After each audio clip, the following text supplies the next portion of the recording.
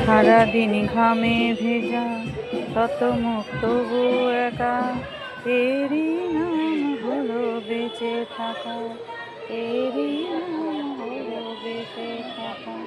সারাদিন ঘামে ভেজা শত মুখ তবু একা, এরই নাম হলো বেঁচে থাকা। আমাদের এখানে অজস্র ইটভাটা, এরকম ছোট ছোট ছেলে মেয়েরা কাজ করে যাচ্ছে।